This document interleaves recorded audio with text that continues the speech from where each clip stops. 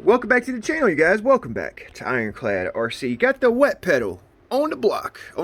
This is the Deadhead RC wet pedal. It's a modified mono hull boat, all fiberglass construction. Pretty cool. Unique in design. In the previous video, part 1, we actually installed the motor mount, got the stuffing tube installed, and basically dry fitted all the hardware. Okay, I kind of walked you guys through how I dry fit and find the final position for my hardware in the previous video. Since I've actually drilled out all the holes for my hardware, so if you guys are interested in how I found where I'm going to put my hardware, check out the previous video. Okay, so today I've got a few tips and tricks to help you guys install hardware on the boat. We're going to actually get the servo finalized. I actually got a mount in the boat. I did that off camera as well. We're going to fit a custom steering linkage in the boat. It's a music wire with an 1/8 capillary tube, 3/32 brass tube for the through hull. Okay, so we may get to the flex cable, cutting the flex cable to size and getting that all fitted. But stick around, you guys. Big B, we're Ironclad RC.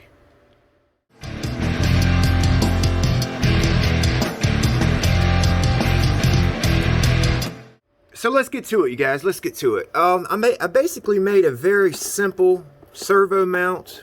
All right, it's just a piece of fiberglass that I shaped up, you know, to fit around my servo. Okay, with these smaller boats right here, that's all you need. And you know what I've been using to like attach my servo, so I don't have to like put the screws in. I've been just putting some hot glue right here and then sliding my servo right there.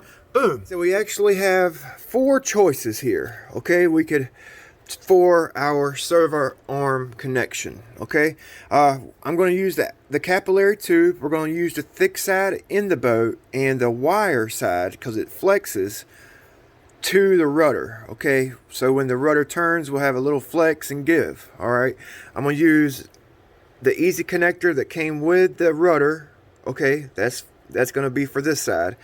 So like I said, I got 4 choices for servo arm connection. I could use this guy, which is basically like a clevis. You can use the clevis on your rudder. Okay, maybe not this one because it's such a short base. You can use the clevis on your rudder or a servo arm. Okay, just run your servo rod in the clevis here and tighten down those grub screws. We could use this easy connector right here. Okay, that's a square lock push rod connector. Okay, with reusable nylon snap-on or a permanent non-reusable snap-on. Okay, it just snaps. See how I got it? It snaps right on there on your servo arm. Or I could use one of these 2 guys right here. I got a large one and a small one. Of course, for the small boat, we would use the smaller one.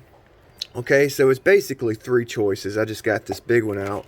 But the big one actually works the same way as the square easy connector. Okay, it's just a heavy duty easy connector. I could use either one. I think I'm actually going to go with the square one. This is actually my last round one. So I'm going to put this back in my box. I got a bunch of these square ones. I never use them. So we're going to use that guy right there just to do something a little bit different. We're going to put this guy back up. We're not going to use that in my little build box here. Okay, so what we need to do is mount up this through hull. Okay, this is going to be what my capillary tube runs through. Okay, once I put this capillary tube in this 3/32 tube right here, it's waterproof, so I don't need a bellow. Okay, this bellow is actually going to be too big for this build. Well, we could use the bellow in the boat. Okay, use it in the boat, drill a hole for that aluminum through hole right there, epoxy that into the boat, slide your bellow on the inside, and it could be used in the boat. A lot of companies actually go that route. Most boats you see the bellows on the outside. Okay, so that's going to be our through hole. And I don't know if I mentioned this already. So with my rudder, there's limited space on the back of this boat.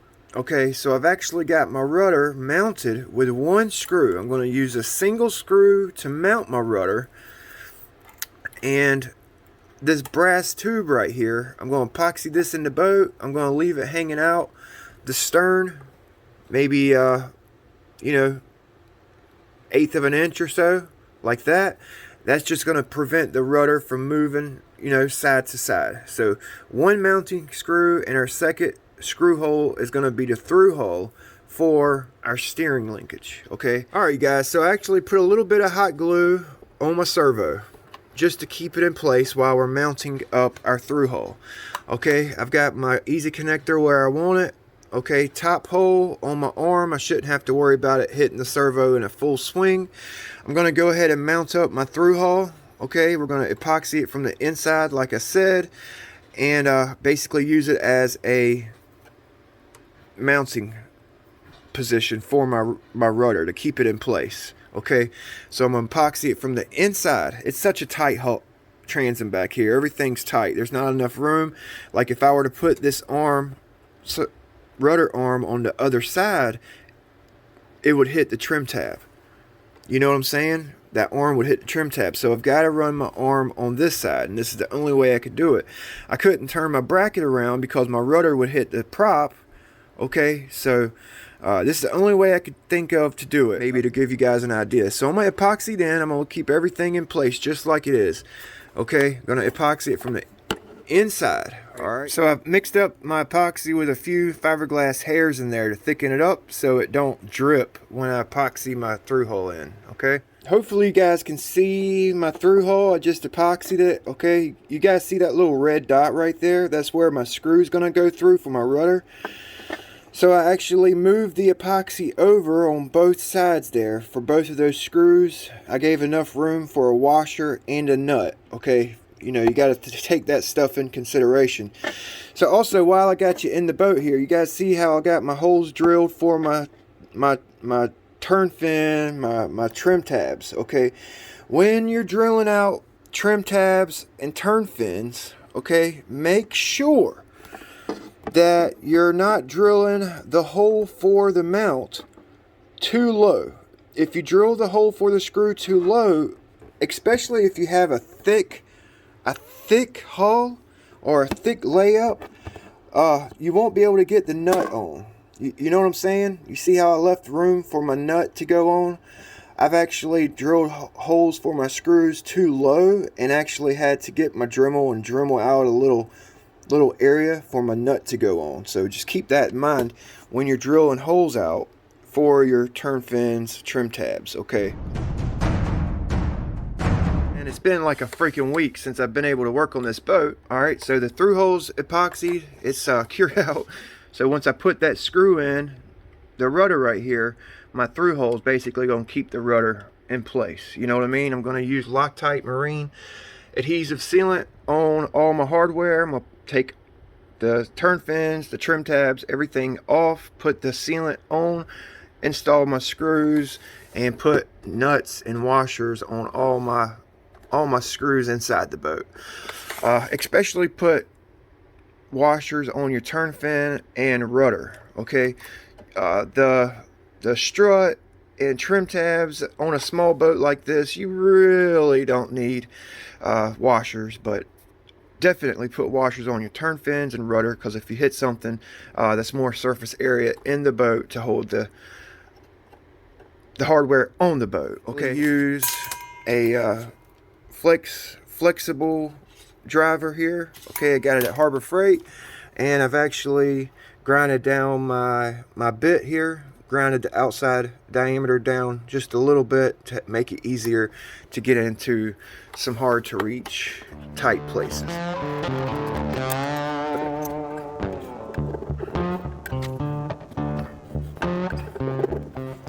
So before you tighten down your turn fin, you want to make sure it's 90 degrees to the bottom. 90 degrees to the bottom of the boat. So you put your square on the bottom, make sure it's lined up 90 degrees. Okay, see that? Mine's 90 degrees to the bottom, so I'm going to go ahead and tighten it down.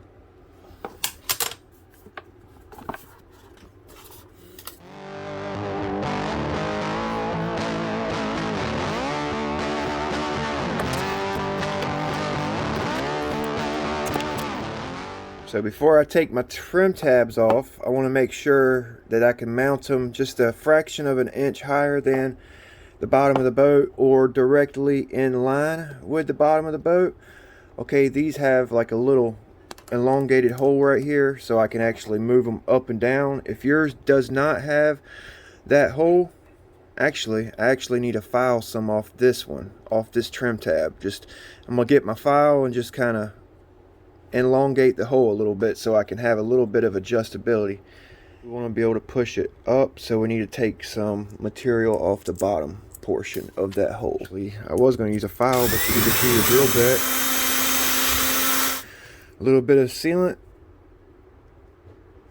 Boom, boom, boom. We can wipe the excess up once we're done.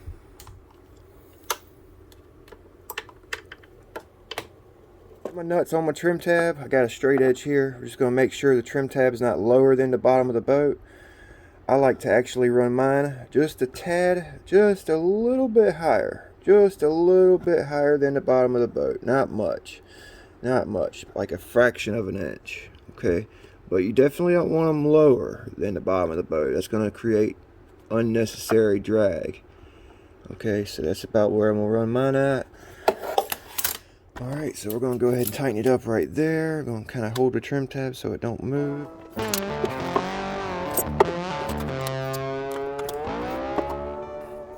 Alright, you guys, so I got all my hardware mounted up. Okay, my trim tabs are mounted. Are you freaking kidding?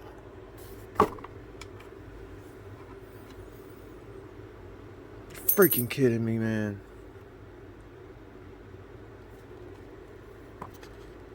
Oh. Well, I guess I gotta make some new trim tabs.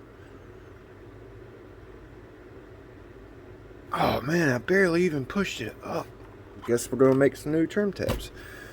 Actually, you know what? I'm gonna make the trim tabs off camera. You guys seen how I got them mounted up. Let's go ahead and get the freaking rudder on. I actually like the way that purple looked on the boat. Oh, that's a bummer, man. So your rudder, you want to make sure it's straight up and down. You know what I'm saying? You don't want your rudder cocked like this or like that. Your rudder has to be straight up and down. It's got to be straight up and down. If it's not, you need to either take some material off the rudder bracket or drill the hole a little bit larger so you can smudge it. You know, looks like it's straight up and down on the transom. Alright, we'll go ahead and get it tightened down. Looks good to me. Get our steering linkage here. Let's push it through the inside because I got adhesive on my through hole here.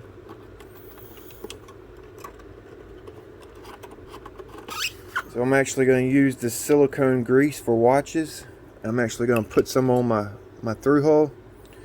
So when I push it in this through hole, that silicone grease should keep it from locking up and waterproof it. Okay.